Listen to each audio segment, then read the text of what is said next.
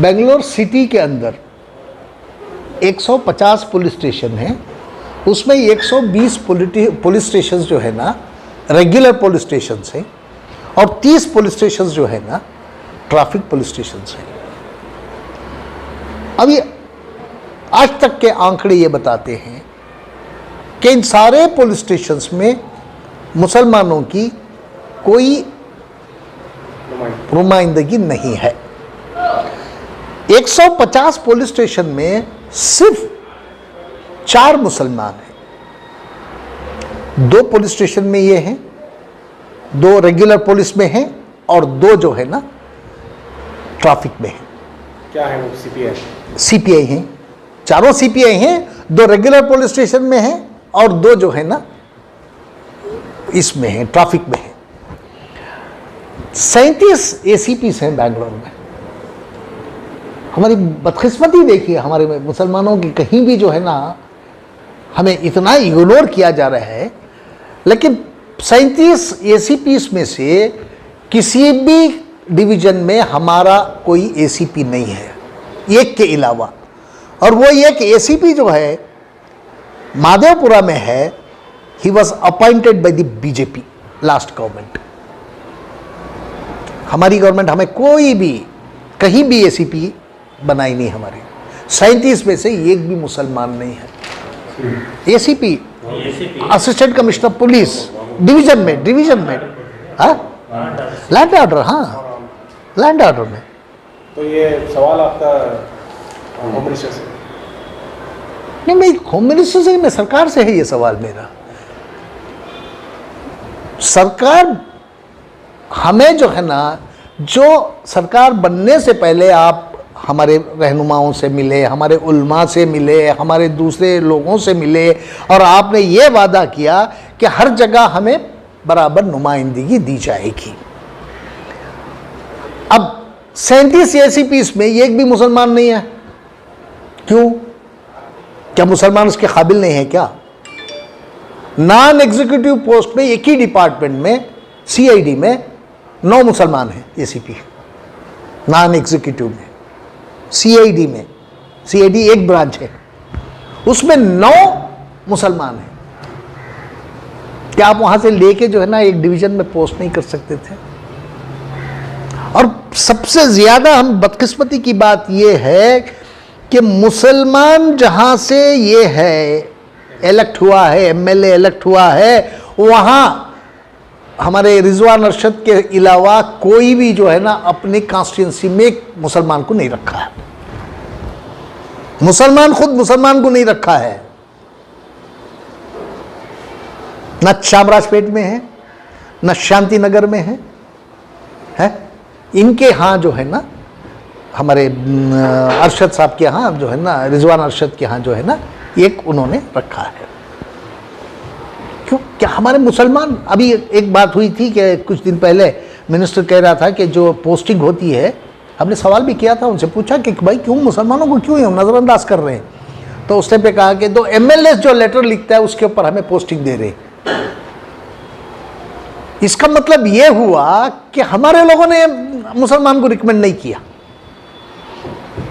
Minister का कहना यह है कि एमएलए के ऑर्डर लेटर के ऊपर हमें पोस्टिंग दे रहे, उसकी ख्वाहिश के मुताबिक दे रहे। तो ऐसा क्या होगा हमारे मुसलमान एमएलएस को, जो अपने भी कॉन्स्टिट्यूंसी में अपने मुसलमान को रखना नहीं चाहते? अब किसी भी कॉन्स्टिट्यूंसी में 3, 4, 5 पुलिस स्टेशन तो हैं। वहाँ तो आप अगर कहीं बाहर नहीं मिल रहा है तो गैर कौम अगर हमारे लोगों को रिकमेंड नहीं कर रही है, एमएलए उनकी कोई परेशानी होगी और नहीं कर रहे, लेकिन आप तो कर सकते थे ना, आप क्यों नहीं कर रहे? आप अपने यहाँ क्यों नहीं रख रहे?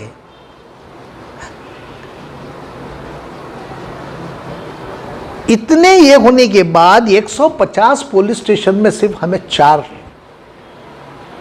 है। देखो दूसरी कम्युनिटीज चिल्ला रही है, 20%, 25% जो वोट दी वो कम्युनिटी जो है ना चिल्ला रही है कि हमारे ऑफिसर्स को जो है ना इग्नोर किया जा रहा है। हम 80% वोट दिए, ये सरकारी आंकड़े हैं, ये मेरे आंकड़े नहीं हैं, हमने 80% वोट दिया है और हमारी नुमाइंदगी 0 के बराबर है।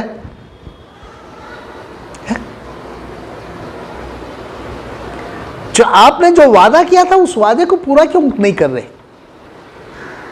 बेंगलोर के अंदर 12 जो है ना डीसीपीस हैं, बेंगलोर में 12 डीसीपीस हैं, 12 में एक भी हमारा डीसीपी नहीं है।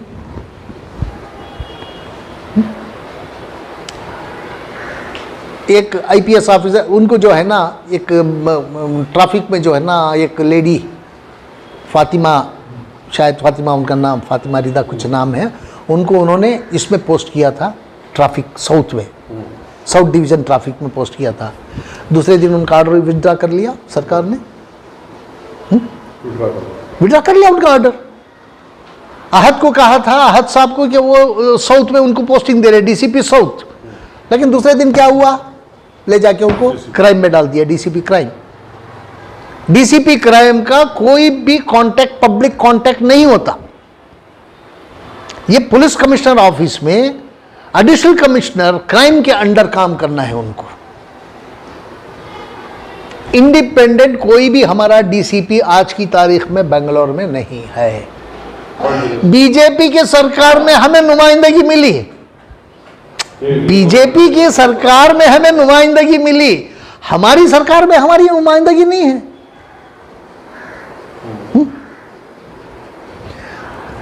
सबसे ज्यादा मुसलमानों को परेशानी कहां होती है? पुलिस डिपार्टमेंट में। जब मुसलमान जब पुलिस स्टेशन में जाता है तो इतनी बदतमीजी से पुलिस वाले बात करते हैं उससे। अगर वहां हमारा एक आदमी कोई बैठा है तो उनकी हिम्मत नहीं होती इनके साथ बदतमीजी करने की। लेकिन हमारे यहाँ लोग हैं ही नहीं, वहाँ दे रहे हैं आप, नुमाइंदगी नहीं दे रहे आप हमारे लोगों को। कर्नाटक में गवर्नमेंट में जो रिप्रेजेंटेशन है मुसलमानों का, वो जो है ना सिर्फ 4.2% है, 4.2% है हमारा रिप्रेजेंटेशन कर्नाटक गवर्नमेंट के अंदर। आपको ताज्जुब होगा, गुजरात में हमारा परसेंटेज कितना है मालूम है? नौकरियों में, गवर्नमेंट सर्विसेज में 11.7% है। गुजरात में 11.7% है। आप स्टैटिस्टिक निकाल लीजिएगा। जहां बीजेपी की सरकार है, हमारी सरकारों में हमारी नुमाइंदगी बिल्कुल 0 के बराबर है। और बीजेपी की सरकारों में 20 साल से बीजेपी की सरकार गुजरात में चल रही है और वहां नुमाइंदगी 11.7% है। तो हम क्यों पीछे हैं? यहां कर्नाटक में 41 यूनिवर्सिटीज हैं, 41 यूनिवर्सिटीज हैं कर्नाटक में, 41 यूनिवर्सिटीज हैं। कोई भी हमारा वाइस चांसलर नहीं है। पिछली सरकार में जो है ना, जब सिद्धरामैया 14 से 18 तक मुख्यमंत्री थे इस कर्नाटक के, उस टाइम पे जो है ना हमारा एक मुसलमान राजा साहब तुमकुर यूनिवर्सिटी के वाइस चांसलर हुए 2016 में, शायद 2016 से 2019 तक 3 साल तक राजा साहब तुमकुर यूनिवर्सिटी के वाइस चांसलर रहे बस। उसके बाद से इन 41 यूनिवर्सिटीज में हमारा कोई रिप्रेजेंटेशन नहीं है। हमारे ये देखिए, ये काम जो है ना हमारे लोग जो हम सरकार में बैठे हैं उनका है। अब अगर वो खामोश हो जाएंगे तो फिर बात कौन करेगा? वहां सरकार तक कौन आवाज पहुंचाएगा? अब पुलिस में हमारी जो रिप्रेजेंटेशन आज की तारीख में 0 के बराबर है। कम से कम 10-12% तो होना चाहिए था। कहीं भी जो है ना हम लोगों को मौका नहीं मिल रहा है। एक एक अफसर जो है ना नॉन एग्जीक्यूटिव पोस्ट में जो है ना 4-4 साल से काम कर रहा है नॉन एग्जीक्यूटिव में, और दूसरी कम्युनिटीज का कोई भी अफसर जो है ना 1 साल से ज़्यादा नॉन एग्जीक्यूटिव में काम नहीं करता, एग्जीक्यूटिव में आ जाता वो। लेकिन हमारे लोगों को एग्जीक्यूटिव में लाते ही नहीं, नॉन एग्जीक्यूटिव में ही रखते हैं। तो जब आप सरकार बनने से पहले जो वादे किए थे, बाकायदा हमारा मुसलमानों का पूरी तरह से रिप्रेजेंटेशन पुलिस में देंगे, नौकरियों में देंगे, 4% को बहाल करेंगे, ये सब जो आपने वादे किए थे अभी कब तक पूरे होंगे? ये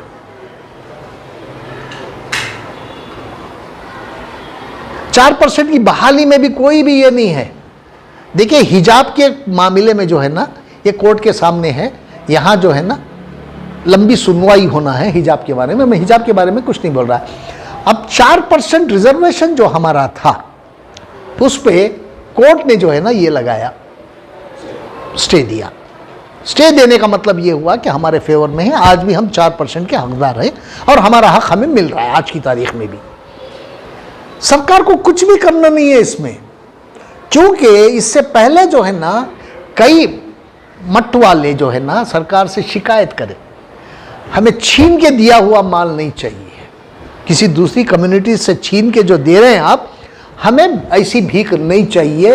ये कई मठ के लोगों ने, स्वामी जियों ने ये इस बात को सरकार तक पहुंचाया और इस पे कोर्ट का स्टे भी है। सरकार को सिर्फ एक एफिडेविट फाइल करना है, कोर्ट में ये कहना है कि हमारी सरकार बनने के बाद और हमारी सरकार बनने से पहले भी पिछली सरकार के सामने भी जो है ना कई रिप्रेजेंटेशंस आए, उसमें यह कहा गया कि ये कम्युनिटी से छीन के दूसरी कम्युनिटी को देना अच्छा नहीं है और हम ऐसी भीख नहीं पसंद करते। इसको कोट करके उनको ये कहना है कि हम जो है ना इस पे दोबारा विचार करेंगे, हम दोबारा विचार करेंगे इसके ऊपर, दोबारा हम कैबिनेट में इसको डिस्कस करेंगे। तो बहाल करने की जरूरत ही नहीं है। वहां आप जब आपका ये पिटीशन विड्रा कर लेते हैं, आप सरकार की तरफ से जो पिटीशन गया था उसको आप विड्रा कर लेते हैं, तो 4% हमारा रिजर्वेशन हमारे साथ हो गया और कुछ करने की जरूरत ही नहीं है इसमें। सिर्फ आपको ये एफिडेविट उसमें यह बताना है कि फला मठ, फला स्वामी जी, फला स्वामी जी, फला स्वामी जी ने यह कहा है और वो किसी और कम्युनिटी से छीनी हुई भीख उनको नहीं चाहिए। इसलिए सरकार इसे दोबारा जो है ना सोचना चाहती है इसके ऊपर, इसलिए जो है ना हम इसको विड्रा कर रहे हैं और सरकार विड्रा करते हैं तो कोर्ट का स्टे खत्म हो जाता है वहां और 4% हमारी बहाली हो गई वहां। 4% हमारे बहाल हो गए वहां। तो हमें छोटा छोटा काम है, ये बड़ा काम नहीं है इसे करने, लेकिन हमारी क़यादत जो है ना सीरियस होना चाहिए। क़यादत जो है ना उसको सीरियस होना चाहिए। ये नहीं है कि भाई ये कर रहे हैं, शोशेबाजी कर रहे हैं, ये कर रहे हैं। आपको जो है ना कॉन्क्रीट जो काम करना है उसको करिए पहले। है? जब आप अपने यहाँ भी अपनी कॉन्स्टिट्यूंसीज में एक मुसलमान को नहीं चाहते तो हम कैसे ये कर लेंगे दूसरा कौम, दूसरे कौम वाले हमारे लोगों को ले लेंगे? है? कैसे हम ये कर लें, तसव्वुर कर लें इस बात को? जब हमारी कौम के लोग ही लेना पसंद नहीं कर रहे तो दूसरे कौम वाले क्यों लेंगे? अब वो सवाल पूछेंगे, भाई आपके एमएलए कितने लोगों को लिए हैं, मुसलमानों को कितने लोगों को ये दिए हैं? भाई मैं ये नहीं कह रहा कि सिर्फ आप मुसलमानों को दो। तुम्हारे पास 4-5 पुलिस स्टेशन होते हैं, तुम्हारे एक असेंबली कॉन्स्टिट्यूंसी में 4-5-6 पुलिस स्टेशन होते हैं। हर मजहब को बांट के दो, आप सिर्फ मुसलमानों को दियो बोल के नहीं कह रहा मैं। शेड्यूल कास्ट को भी दियो, शेड्यूल ट्राइब को भी दियो, लिंगायतों को भी दियो, वकलीगा को भी दियो, वहां मुसलमान को भी दियो। अब रहा डीजे हल्डी केजे हल्डी के ताल्लुक से, उसमें जो है ना एक बच्चे के खिलाफ 20-20, 25-25 FIRs है और हर केस में उसे अपीयर होना पड़ता है। एक कानून है कि ये सारे FIR एक सिंगल FIR में तब्दील हो सकते हैं। अभी देखिए रिसेंटली क्या हुआ था, नूपुर शर्मा का एक केस आया था, बीजेपी की जो ये थी प्रवक्ता थी, स्पोक्स पर्सन थी, जो हुजूर की शान में गुस्ताखी की, उसमें जो है ना उसके पूरे देश में जो है ना उसके खिलाफ FIR दर्ज हो गए थे। सुप्रीम कोर्ट के सामने गई वो, सुप्रीम कोर्ट के सामने जाके उसने अपील ये किया, अपना पक्ष रखा और कहा कि सारे केसेस, सारे जितने भी FIR हिंदुस्तान भर में दर्ज हैं उसको एक जगह एक FIR माना जाए। तो सुप्रीम कोर्ट उस बात को मान ली और देश भर के सारे FIR जो है ना एक इसमें जो है ना क्लब कर दिया गया। मेरी भी डिमांड यही है कि 20-20, 25-25 FIR जो है ना उसको एक FIR में तब्दील करो। जब सुप्रीम कोर्ट का ऑर्डर भी है और जो है ना आपको ये जो है ना इसकी बात की इजाज़त भी इसमें है, लॉ में है, कानून में इस बात की इजाज़त भी है, तो आप इसको जो है ना ये बच्चों को हर बार कोर्ट कचहरी घूमने से अगर एक दिन अगर वो ये अपीयर नहीं हुआ तो दूसरे दिन उसके खिलाफ जो है ना वारंट निकल जाता है। तो इन सारे FIR को एक FIR में तब्दील करो। कितने भी सेक्शन है लगाइए, आप प्रूव करना वो बात की बात है, आपका काम है वो प्रूव करना, प्रोसिक्यूशन का काम है वो। जब तक जो है ना आप इसको एक FIR तस्लीम करके जो है ना एक FIR वो एक बार उसे जाना पड़ेगा, अपीयर होना पड़ेगा, वो होगा कोर्ट में अपीयर होगा। तो सुप्रीम कोर्ट के भी आदेश है, सुप्रीम कोर्ट और ये एक ही नहीं, नूपुर शर्मा के केस में ही नहीं है, 2 जर्नलिस्टों के केस में भी जो है ना सुप्रीम कोर्ट ने ऑर्डर किया है और उन सारे FIR को जो है ना वेस्ट बंगाल के केस में भी उन्होंने सुप्रीम कोर्ट ने ऑर्डर दिया था सारे FIR एक पुलिस स्टेशन में जमा हो जाए। तो इसी तरह है ना हमारे यहाँ जो है ना पुलिस स्टेशन एक ही है, गड़बड़ एक ही जगह हुई थी, उसके साथ साथ जो है ना और FIR जो है ना कई बना दिए गए, एक ही गड़बड़, एक ही क्राइम और FIR कई। इसको जो है ना पलट के इसको तब्दील करके एक FIR ट्रीट किया जाए।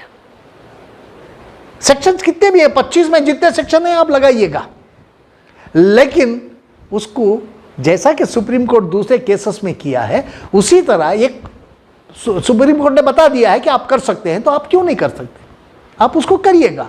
सरकार को चाहिए कि वो फौरन अपने डिपार्टमेंट यानी डायरेक्टर ऑफ प्रोसिक्यूशन को इस बात की इत्तला दे और इस बात का इंस्ट्रक्शंस दे कि सारे FIR एक कमेटी बनाए, एक छोटी कमेटी बना के कमेटी के सामने रख के जो है ना वो सारे FIR जो है ना एक FIR में तब्दील करे, मर्ज करे, उससे बच्चों का बड़ा फायदा हो जाएगा। पहल कौन करना है?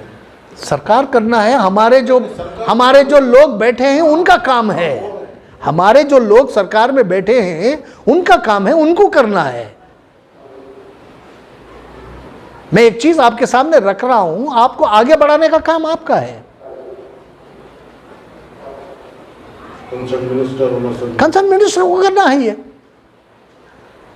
जब माइनॉरिटीज का मामला है तो माइनॉरिटी मिनिस्टर को ही करना है ना, आप करिएगा इसको।